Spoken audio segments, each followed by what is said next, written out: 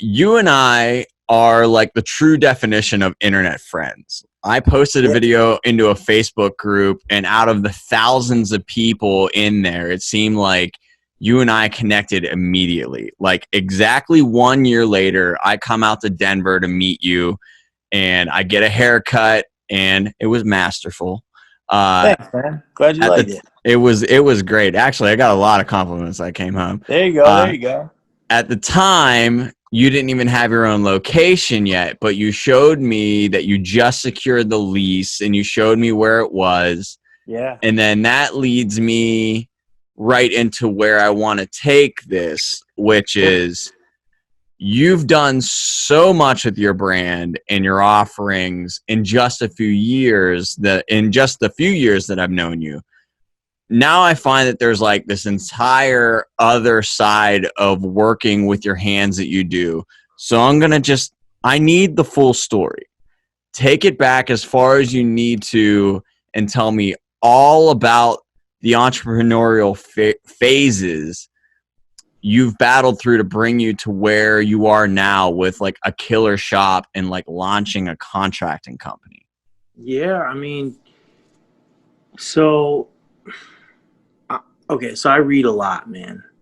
I read a lot. So whenever I get stuck in life, I go pick up a book and figure out my way out of it. So right now I'm reading the book, Let My People Go Surfing. And sounds like my type of book. It's a good book, man. It's about Patagonia. And basically the company Patagonia is this massive sports, they make sports clothing and different type of clothes for mountaineering and all kinds of stuff, fly fishing, you name it. Yeah.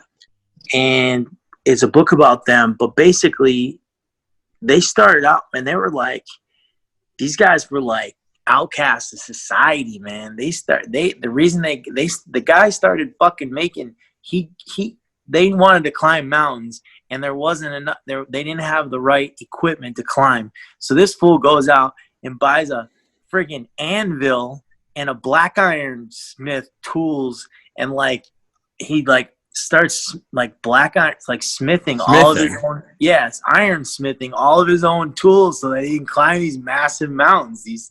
I mean, we're talking about famous mountain ranges like the North Face. There's like huge mountain ranges in Boulder. There's Patagonia, which is the name of the company that they made these huge and glaciers that they're climbing, and and they're sleeping in little like bungalows, and they're hiding out from park rangers because they won't let the rules say you're not allowed to camp for more than 2 weeks. They're like, fuck you, we're gonna be climbing this mountain all summer, dude. We sit here and we're gonna fucking anvil our spikes and shit so we can get up the mountain safely without dying, dude. Well, the reason why I brought all that up is because there was a quote in there, and it said, if you want to know about the entrepreneur, go back to the juvenile delinquent and their attitudes and their reasonings. And basically a juvenile delinquent, which I was, and I'm proud to say that, is someone that says, you know what, fuck all this. Everything here sucks. Like, you guys are doing this all the wrong way. I'm gonna do it my way. And I found a lot of truth, and I resonated heavily with that statement in that book. And so ever since I was a kid, I said, fuck these rules, fuck these boundaries. I push the boundaries. Someone puts a boundary in front of me, I push it back. And that was me all the way up until I probably turned about 30. And finally, after I turned 30, I realized you can only buck the system so long before it crushes you. And I stopped bucking the system at 30, and I started getting a little more smarter about how I did what I did. So how do I game the system? Yeah, game it. That's right. Figure the game, yeah, instead of just trying to say fuck it.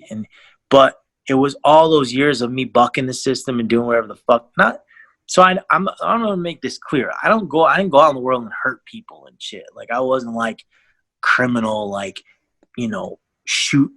inflicting harm on people, like physical harm on people. I didn't do that. I was like growing weed and shit like that, making money. Yeah. I was like, that was my first job, bro.